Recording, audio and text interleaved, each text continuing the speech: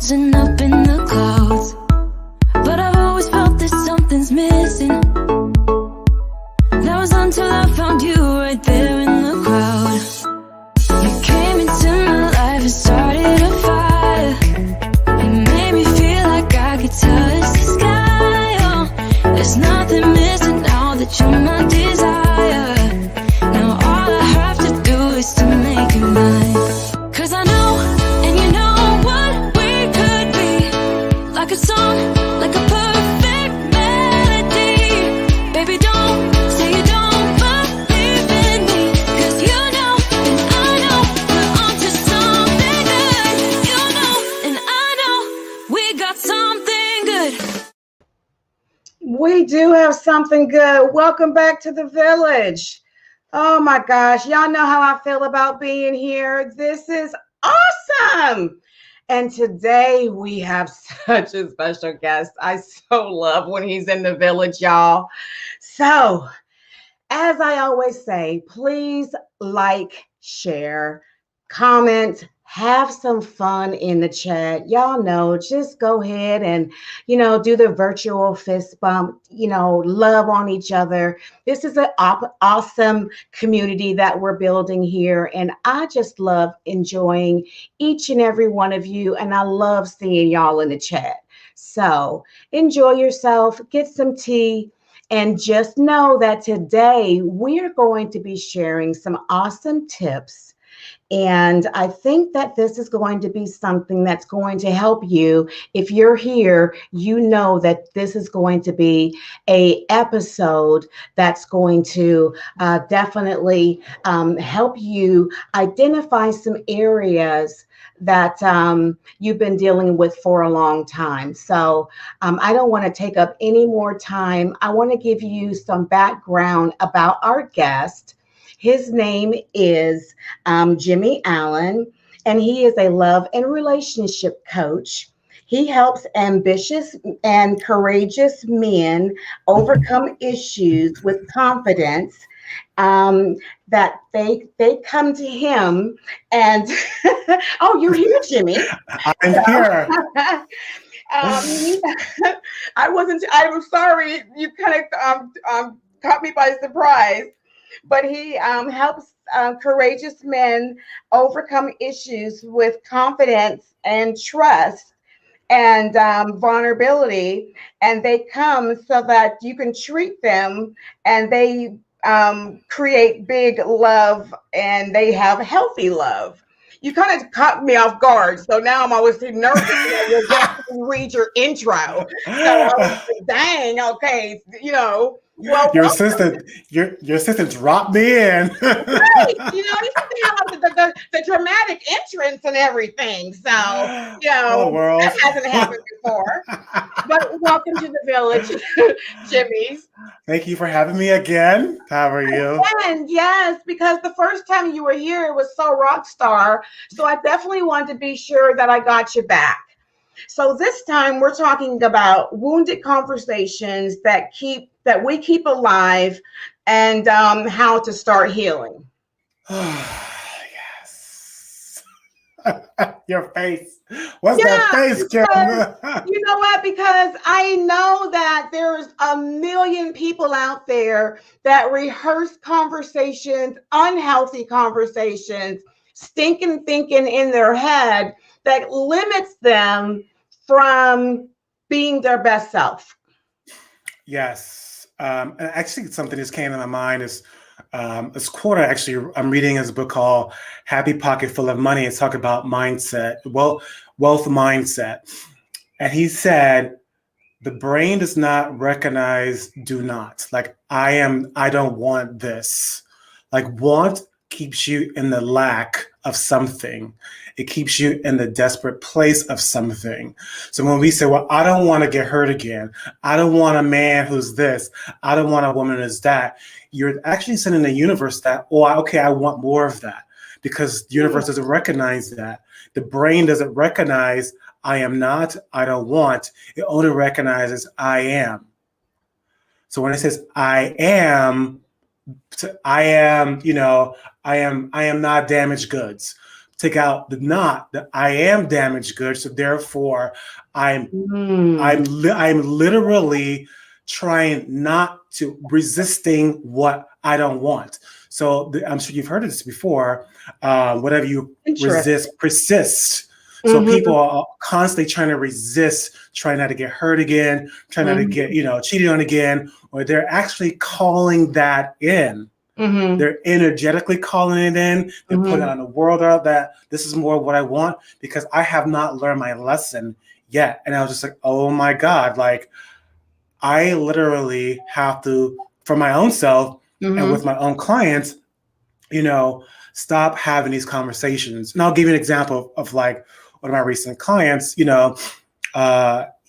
has been, single for a very long time. I don't know why. And for me, I normally go, tell me about your friends. Mm-hmm. I want to hear about your circle of friends. He Right. said every single person in my friend circle is single. All of them want to be in relationships, but they're in this perpetual conversation of there's no good man out there. Everybody wants to get hooked up. Everybody wants to do this. They don't know how to talk. And I was like, how is that a reflection of you? And he was like, ooh. He was like, that's interesting because I always bring it back to sex. Mm-hmm. Even when a new person that I'm interested in comes up, I'm always either over sexualizing, over putting them down. And I wonder why these men never talk to me or Mm-hmm. approach me or like me. And I say, Mm-hmm. yeah, because you're keeping that alive. And not only Mm-hmm. you're keeping it alive, you're surrounded by other people who don't know how to maintain relationships, who don't know how to cultivate them. And I was like, you said to me, you want to have deep romantic deep connection. I Mm-hmm. was like, how are you doing that? How are you cultivating that? He was like, I'm not. I said, exactly. You can't demand something from someone that you're unwilling to give yourself. There you go. I was like, if you want that, you have to be the example of it. And most of us, That's right. like who I share with you today, you know, Mm-hmm. holding on to trauma as if like it's a badge of honor. And it's Mm-hmm. like, and one thing that were kind of like shocked me about the video, she was like, a lot of Black people are underserved. And I was like, well, that's not true. I was like, there's plenty of therapists out there. There's plenty of coaches out there. And I said, maybe I know there's a lack of African-American therapists. However, there's still an abundance of therapists. There's still abundance of coaches.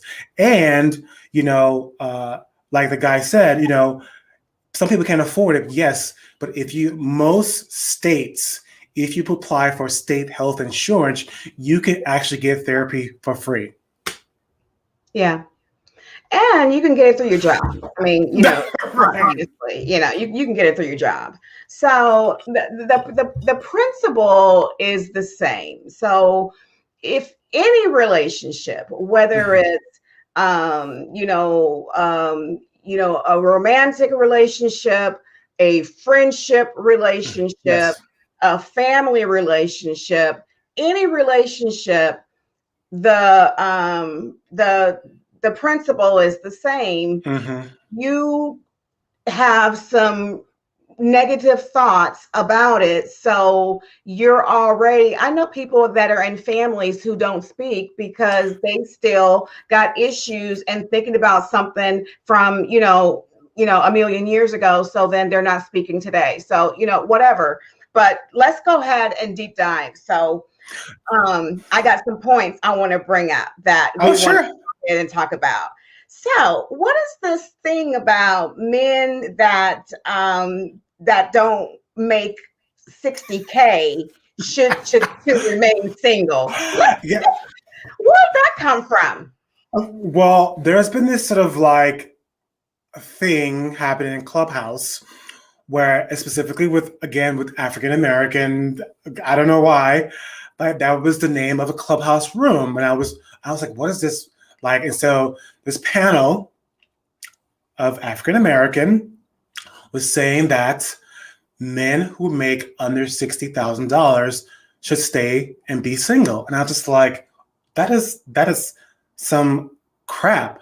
And so for me, when I hear that, it's like you're not good enough. That's a whole I'm not good enough wounded Right. conversation. Right. And so now, whatever that this woman, or the people who are on the panel, whatever their I'm not good at a conversation, that's what it was within them. So now they're punishing someone else because now they're not good enough. So So, that I go yeah. ahead. No, because there is a man out there. There's a woman out there for the man making 40K. Right. Right. And he gonna love her and she gonna love him and they gonna get married and have babies. So Right. But it's also that's a past hurt conversation. mm-hmm. Like that hurt conversation that, well, you're not good enough for me, or I'm not good enough, or I'm not good enough for anyone else, because now it's like a double-edged sword. And I Yeah. actually was on a call with a woman a couple months ago. Her belief system was like, well, life is challenging, life is hard, and this is how it showed up. She would chase men who don't want her, made it a challenge for her.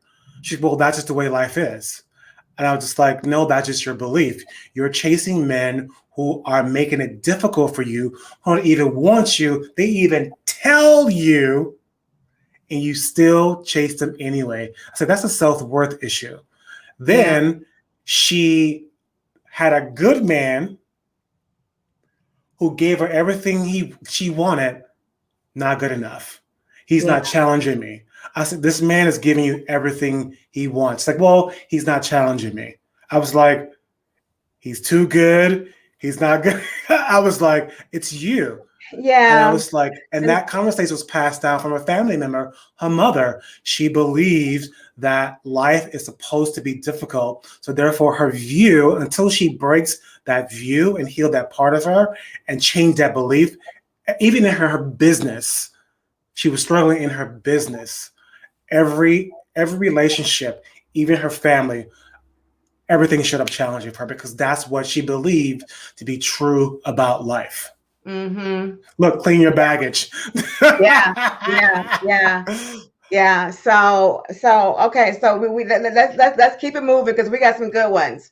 And so, what about the notion that that a person don't trust men because their father treated on their mother? Right. So again, that's carrying past shame. That's a shame of you. Sometimes we inherit it from these things that are our parents, and we automatically in our mind say, well, that's what I believe about men. So now Mm-hmm. we're carrying that over into the next relationship because we're always going to be looking over the shoulders, looking through the phone consistently. And like I had a client, like literally, I think maybe mentioned this to you before, like his girlfriend didn't trust men at all. Right. And I don't normally address the other person because they're not there.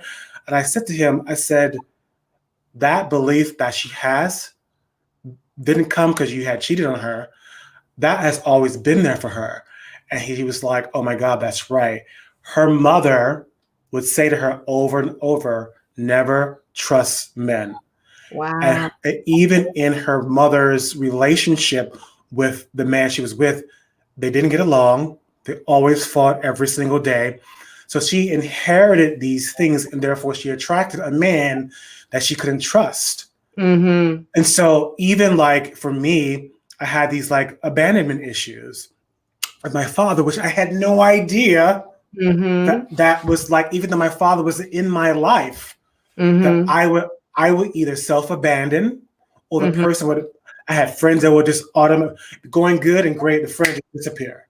Right. Relationship, same exact thing. And I Mm-hmm. was like, oh my goodness, I inherited this self-abandonment issue from my father because my Mm-hmm. father abandoned me because I had not because I didn't because at one point I refused to look at how that could have impacted me. And when I Mm-hmm. finally sat down and I did the work about looking at, oh my God, like he abandoned me. I had held that down and I never forgave him. I never forgave myself. I never made amends with myself. I was just like, how is this person who is isn't in my life, even if that person still is in your life, especially brother or father, that experience has an impact on us. But you said something key. You did the work. You knew, you started to see a pattern in your life, Yeah, and you sat down and you said, you know what? Something, and you deep dive and you did the work. And I think some people, we don't do the work on ourselves to identify how our, history or how our experiences have affected us and right, why we are the way that we are, so that we can be better going forward. That is right, definitely the key. right. Let's And go we, to, go ahead. no, it's like before you go on, because and I hear people say this, because I said it. I would say when people ask about my father, I go, "Well, I'm good," like just brushing it off, not Biggest really. lie Well, ever huh? told. The biggest lie Right, ever told. right. I was like, because I remember skipping over this work, saying, I don't need to look at my father. He wasn't alive. He wasn't impact. He didn't. He wasn't physically there. So I was like, why do I have to look at that? But then I Mhm, was like, well, what if? What mhm. if? And when I sat down, I was just like going through these questions. I was like, ooh, I literally saw the pattern. I was just like, Right. I'm going to deal with this right now. Yes. So let's talk about not feeling good enough. Because that one right there, listen, that's, I can stay all day on that one. Right. I mean, what you want to do? I mean, I literally had a woman tell me, I'm damaged goods and I'm not good enough for a relationship. My mother effed me up, and I didn't know what to say to that. And now I realized, I was just like, okay, why is she choosing to hold on to that story as if it's her own? You know what I mean? Like that I am not good enough again comes from some childhood wound that is going unnoticed. And so when we're in this sort of like I'm not good enough, we have shame, we have blame, we have embarrassment, we push people away, then we shame others, and then we again sometimes go into self-abandonment, like I'm not good enough. Like we literally cut people off so quickly, cut them off because of this I am not good enough. And Right. then sometimes we end up, even how it works in a relationship, we're constantly trying to prove our worth, over giving, overdoing, just to Right. feel good enough. And it's like learning to push back on that old story. And I see you shaking, you're like, but it's true, because that was me. Like I was like working so hard, trying to prove myself. And I was in a relationship with somebody who was like, well, you're not doing enough. Well, you have people that are professional Oh yeah.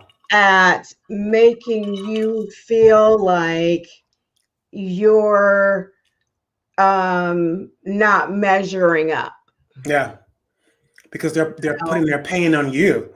So you might be in a relationship, where did you sweep the floor? It don't look clean. You know what I'm saying? Is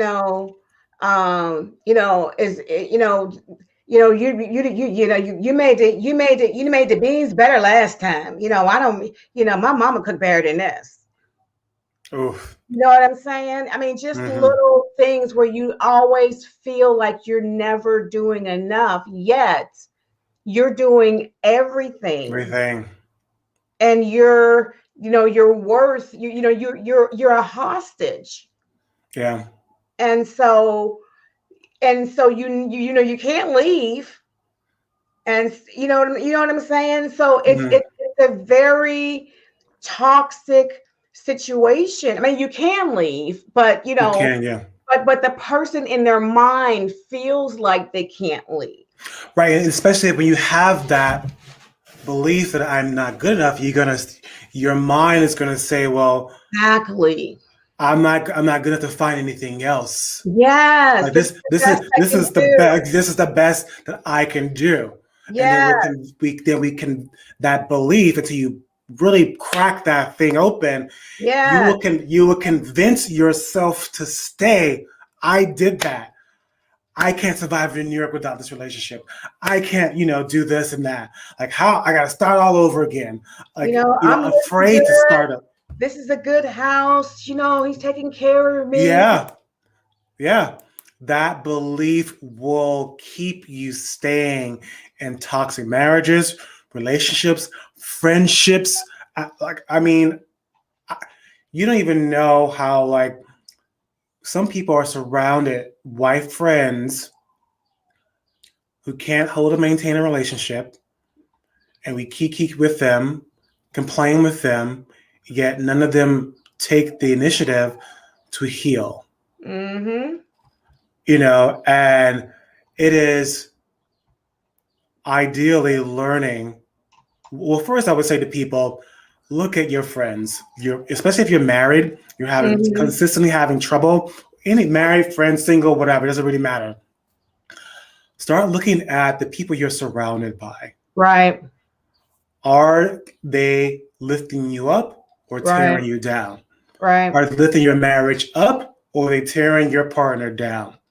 And look at how are you enrolling your friends into how bad your partners are, because sometimes we don't even realize that we're bad mouthing our partner with our friends, and they're just validating that belief, making it even worse. Then we go So, home. well, I mean, the things that we're bringing up, even though these are situations, these are rehearsed conversations that these people are saying to their family. Yeah, I feel that they're saying, I'm not feeling good enough at home, or, I feel like a hostage. I can't make it, and I can't go anywhere else. So they rehearse these things, they yeah, put them out into the atmosphere, and so they keep this, basically, that they keep themselves in this, like, bubble where they just can't break loose. And so anyone who tries to come in, they're just like, no, you can't come get me out. You know what I'm saying? Even because if I this tried to come get you out, they're like, no, because they don't know anything else outside of that box that right. they built. You know, So what's happening is that they're teaching their subconscious mind to like really put in their body. So what happens is when you're creating a belief, and how beliefs are created, and you have to particularly watch when you're in heightened states. So when you're in heightened states, beliefs are formed. That's why mhm.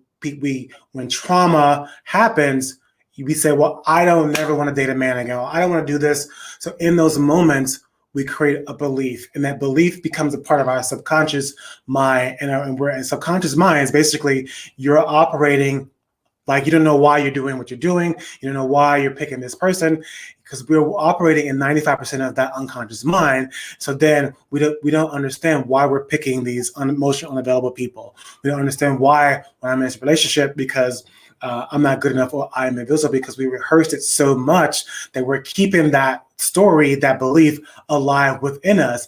And until we get back to the core, that's why it's important to hire a coach or a therapist, because that otherwise it's running your life. To And help this is you so work through it. critical, right? Because especially if you're in unhealthy relationships around you, they're not going to point it out because they're in the same trap as you. Okay, so listen, I want to get to one more point before we go. But one thing I want to say before I get to this one last point is, a lot of times people build up walls, but what they don't realize is, as they're like laying all these bricks and putting up these walls, but that, you don't want anybody to get in, but we can't get you, but you can't get out. Right. Come on now. Yeah, Jimmy, come on. You know what I'm Right. saying? We can't get in, and you can't get out. So I And mean, then right, then you expect the other person to do the work to knock that down. It's like, no, boo, that's a lot of work. So Well, if you don't want to knock your own bricks down, why do you want me to knock your bricks down? Okay, wait, we got one more. We got one more. The one that says that, I feel, invisible, like, maybe I'm not maybe it's a weight issue, you might be heavy set or something, or maybe you might feel unattractive or something, something of that nature. And people who have those type struggles, or maybe they are maybe have some sort of a special needs or a disformity of some sort, you know what I'm saying? They might have some sort of a issue in that response. People have those challenges and maybe fall in that basket. What would you say to that? Well, you brought up weight for so especially particularly for women. There's been these studies where sometimes with women, when they get hurt by a man, sometimes women will put on weight because they don't want to feel attractive, to feel invisible to other men. So again, with like that, it's still there's something that happened that caused you to make yourself invisible. So a lot of women to gain weight or to make themselves feel invisible. And I used to have a client who she was Indian, and what happened was it was three sisters, and she was the one that sort of had the black features. And so she was told that she wasn't pretty as a child. So she would be the last one to get to the dinner table. She was the last one to get dressed. She was the last one and all her family members said, "Oh, you're not that pretty." So growing up, she never felt pretty. So she would literally wear clothes, wouldn't do her hair, like keep herself clean, because she's like, well, I'm not pretty. So why make an effort? So she was, because of this incident that happened to her as a child, she was unconsciously making herself invisible. So it's like really pushing back on getting her seen, like having her, one, forgive her parents and her sisters, and two, like she's went from wearing dull clothes to like vibrant clothes, like really clearing all these things out of her closet that didn't make her feel good, because she would wear stuff to literally make herself invisible. So I made her, well, I didn't make her, we got rid of all her clothes, got clothes that were fitted, because she was very fit, but she didn't wear anything to like revealing, to compliment who she is. She has really beautiful brown skin, just like long flowing hair, and she started wearing brighter colors, and then she started to feel good about herself. Then she started to track more of the man that she wanted. So it was like, but really get into the core of this incident that happened with her family when she was a child. Right. Because when you look good, you feel good. And when you shop, you feel good. I know what I mean. You know what I'm saying? Yeah. So, shopping therapy helps me. I encourage people to always wear what makes them feel good and not to impress anybody else, because you start to show up that way in life because you feel good. Well, Jimmy, I ain't gonna lie to you. Listen, I've been a 9 and I've been an 18. So, at everything right there, I owned it, Jimmy. You know what I'm saying? You gotta own it. You know what I'm saying? No matter what size you are, you have to own it until you get to where you want to be. You have to. So again, you have been phenomenal. And I don't know how we're going to figure it out, because I'm booked for the rest of this season. I know. I saw your schedule. Next season, you coming back. We're going to figure it out. Some kind of way. We're going to figure it out. Yeah, you coming back to the village because we love you. We love you. So thank you so much. And I'll be calling you. Okay. All right. All righty. Bye-bye. Bye. Listen, Village, we enjoy Jimmy Allen. He is the best love and relationship coach. He brings the business. He just gives you practical tips that you just, we can really just do an hour, but he just really just nails it on the head and just gives us, in your face. He just really brings it home. And so I just love and appreciate him. We are here every Sunday, mostly if it's not a holiday, for 30 minutes. Next week, I'm going to be talking about money maintenance matters. So just come back. It's just going to be us, the me and you. So I would love for you to come back and be with me, and bring a friend. So thank you so much for joining me today. And remember, silence creates distance, but conversations with Kim builds the village. Thank you, and bye bye.